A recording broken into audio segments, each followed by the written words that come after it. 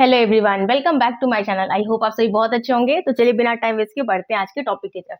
आज हम लोग बिल्कुल न्यू चैप्टर पढ़ने वाले हैं, बायोमोलिक्यूल्स। बहुत ही इंपॉर्टेंट चैप्टर है ये, बहुत ध्यान से पढ़िएगा।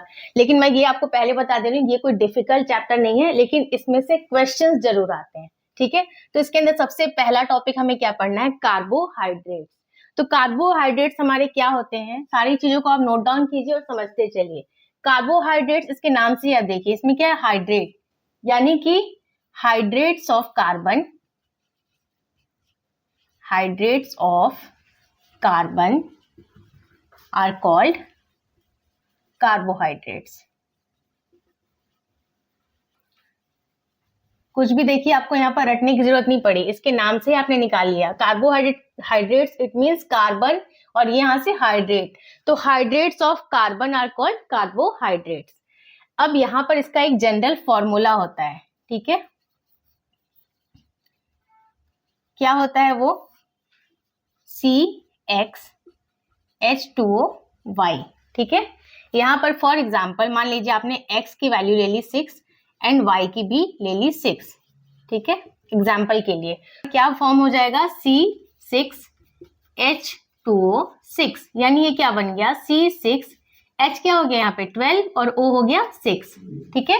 C6H12O6, यानी ये किसकी बात हो रही है? इसके 2 या 3 या उससे भी थोड़े ज्यादा स्ट्रक्चर फॉर्म हो सकते हैं, तो यानी कि ये बात हो रही है यहाँ पे क्या बन रहा? ग्लूकोज या फिर फ्रक्टोज, ठीक है? इस टाइप का कुछ यहाँ पर फॉर्म हो रहा। तो इसको अगर आपने कहीं पर देखा तो ये आपको पता लग गया कि ये क्या है? ये कार्बोहाइड्रेट्स है। लेकिन यहाँ पर ये जरूरी नहीं है कि ये जो फॉर्मूला है ये हमेशा फिट हो, हमेशा ये फॉर्मूला करेक्ट हो, ये जरूरी नहीं है। जैसे यहाँ पर जब आपने वैल्यू 6 पुट करा तो यहाँ पे क्या बना? C6H12O6, ग्लूकोज फ्रक्टोज ये सारी चीजें बन रही हैं, जो कि एक कार्बोहाइड्रेट है। लेकिन यहीं पर अगर आपने वैल्यू x की 2 पुट कर दी, y की 2 पुट कर दी इसी फॉर्मूले में, तो क्या बन जाएगा? अब ये यहाँ पर x की वैल्यू 2 है, H2O, y की वैल्यू भी 2 है, तो ध्यान से देखिए क्या बन गया? C2H2 इंटू 2 यानी 4, O यहाँ पे 2, ठीक है? C2H4O2, यानी ये क्या बन गया? इसको अगर आप लिखेंगे तो इसको आप लिख सकते हैं CH3, C यहाँ से H3, एक और C है अभी आपके पास, वो लिखा आपने। O कितना है यहाँ पर? 2 है ऑक्सीजन। H अभी भी एक बचा है, ठीक है? 3 हमने यहाँ यूज किया था, CH3COOH। अब ये आप देख के बताइए, क्या ये कार्बोहाइड्रेट है?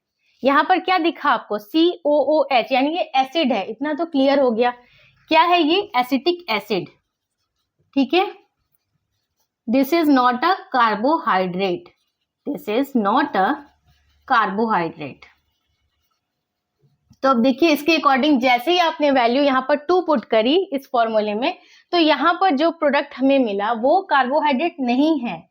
लेकिन यहाँ पर जब हमने 6 वैल्यू पुट करी तो हमें यहाँ मिला ग्लूकोज फ्रक्टोज, तो ये क्या है? कार्बोहाइड्रेट। तो ये आपके एक्सेप्शनल केस के अंदर आएगा, ठीक है? तो एक्सेप्शनल केसेस भी हर जगह होती हैं, यहाँ पर भी हैं, ठीक है? तो इसको आप अच्छे से कहीं पर नोट डाउन कर लीजिए, फिर मैं इसके क्लासिफिकेशन को आपको समझा देती हूँ। अब हम कार्बोहाइड्रेट्स के क्लासिफिकेशन को देख लेते हैं। Classification on the basis of hydrolysis, on the basis of hydrolysis, ठीक है? तो इसको 3 पार्ट्स में डिवाइड किया गया है, ठीक है? तो सबसे पहला क्या होता है आपका? सबसे पहला होता है मोनोसैकेराइड, ठीक है? सेकंड होता है आपका ओलिगोसैकेराइड्स, एंड थर्ड क्या होता है आपका? पॉलीसैकेराइड्स, ठीक है? अब इसके बारे में समझते हैं। मोनोसैकेराइड्स, इसके नाम से आपको पता लग रहा हो। अब जो मोनोसैकेराइड्स होता है ये सबसे सिंपलेस्ट फॉर्म होता है, इसके नीचे आप फर्दर इसको और हाइड्रोलाइज नहीं कर सकते हैं, ठीक है? डजंट हाइड्रोलाइज फर्दर, ठीक है? इससे ज्यादा आप इसको हाइड्रोलाइज नहीं कर सकते हैं। इसके एग्जाम्पल में क्या चीजें आती हैं? Glucose, fructose and galactose. ठीक है, ये सारी चीजें एग्जाम्पल हैं आपकी किसकी? मोनोसेक्राइड्स की। नेक्स्ट है ओलिगोसेक्राइड्स। इसका क्या मतलब है? ओलिगोसेक्राइड्स जो होते हैं इनका जब आप हाइड्रोलिसिस करते हैं तो क्या होता है, ये 2 से लेकर 10 यूनिट्स तक मोनोसेक्राइड्स देते हैं। ठीक है, प्रोड्यूसेस या gives 2 to 10 units of monosaccharides on hydrolysis। ठीक है, इनका जब आप हाइड्रोलिसिस करते हैं तो क्या होता है, ये 2 से 10 यूनिट तक आपको मोनोसेक्राइड्स देते हैं। ठीक है, फॉर एग्जाम्पल अगर मान लीजिए इसने 2 यूनिट्स प्रोवाइड किया तो उसको आप क्या नाम देंगे? 2 के लिए हम क्या वर्ड यूज करते हैं? डाई, तो हम उसको बोल सकते हैं डाइसेक्राइड्स, या शॉर्ट फॉर्म में इसको आप क्या लिख सकते हैं? डाइसेक। ठीक है, डाइसेक है, इट मींस ये क्या दे रहा है? 2 यूनिट दे रहा है। ठीक है, ट्राइसेक अगर मान लीजिए है ट्राइसेक तो इट मींस क्या दे रहा है? ये 3 यूनिट दे रहा है आपको। ठीक, वही अगर मैं बात करूं टेट्रासेक तो ये क्या देगा आपको? 4 यूनिट। ऐसे करके आपको ये 10 तक देगा। ठीक है, यहाँ लिखा है ना मैंने 2 to 10 यूनिट्स। ठीक है, अब डाइसेक में भी आपके कुछ एग्जाम्पल होते हैं। ठीक है, तो क्या क्या हो जाएंगे डाइसेक में? डाइसेक के एग्जाम्पल को मैं यहाँ पे लिख देती हूँ। जैसे कि आपने सुना होगा सुक्रोज। ठीक है, तो वो आता है डाइसेक के अंदर, सुक्रोज। ठीक, या फिर मैल्टोज। ठीक है, या लैक्टोज। ये सारे आपके एग्जाम्पल हैं किसके? डाइसेक के। वहीं अगर ट्राइसेक की मैं बात करूं तो इसके अंदर आपका एग्जाम्पल क्या हो जाएगा? रैफिनोज। ठीक है, नेक्स्ट आ जाते हैं पॉलीसेक्राइड्स। अब इसके नाम से पता लग रहा है, पॉली मतलब बहुत सारे, है ना? बहुत सारे को क्या बोलते हैं? पॉली, जहां पर बहुत ज्यादा संख्या हो। तो यहाँ पर जब हम हाइड्रोलिसिस करते हैं तो ये लार्ज अमाउंट में मोनोसेक्राइड्स प्रोड्यूस करते हैं। ठीक है, produces large number of monosaccharides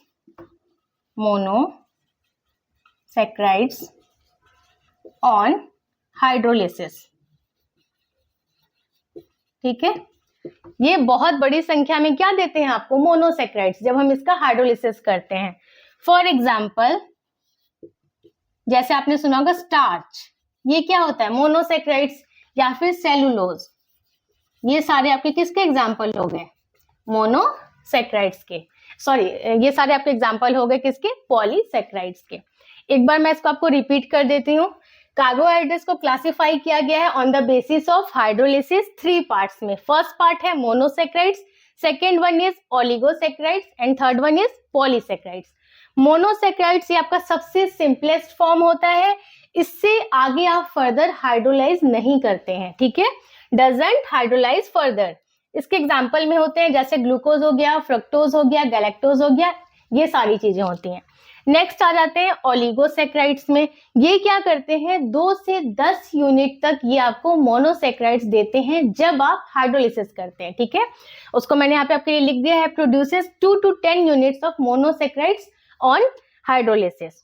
इसके एग्जाम्पल में हो गए, जैसे अगर हमने डाइसेक्राइड्स की बात करी तो कौन कौन से हो गए? सुक्रोज, मैल्टोज, लैक्टोज एक्सेट्रा, ये सारी चीजें हो गई आपकी डाइसेक्राइड्स। ट्राइसेक के अंदर क्या क्या आ गया? रैफिनोज। नेक्स्ट आते हैं पॉलीसेक्राइड्स। पॉली है, इट मीन बहुत ज्यादा संख्या में है। ठीक है, लार्ज अमाउंट में है। तो ये क्या करते हैं? लार्ज नंबर ऑफ मोनोसेक्राइड्स देते हैं जब हम इनका हाइड्रोलिसिस करते हैं। फॉर एग्जाम्पल स्टार्च हो गया आपका, सेलुलोज हो गया, ये सारी चीजें आती हैं पॉलीसेक्राइड्स के अंदर।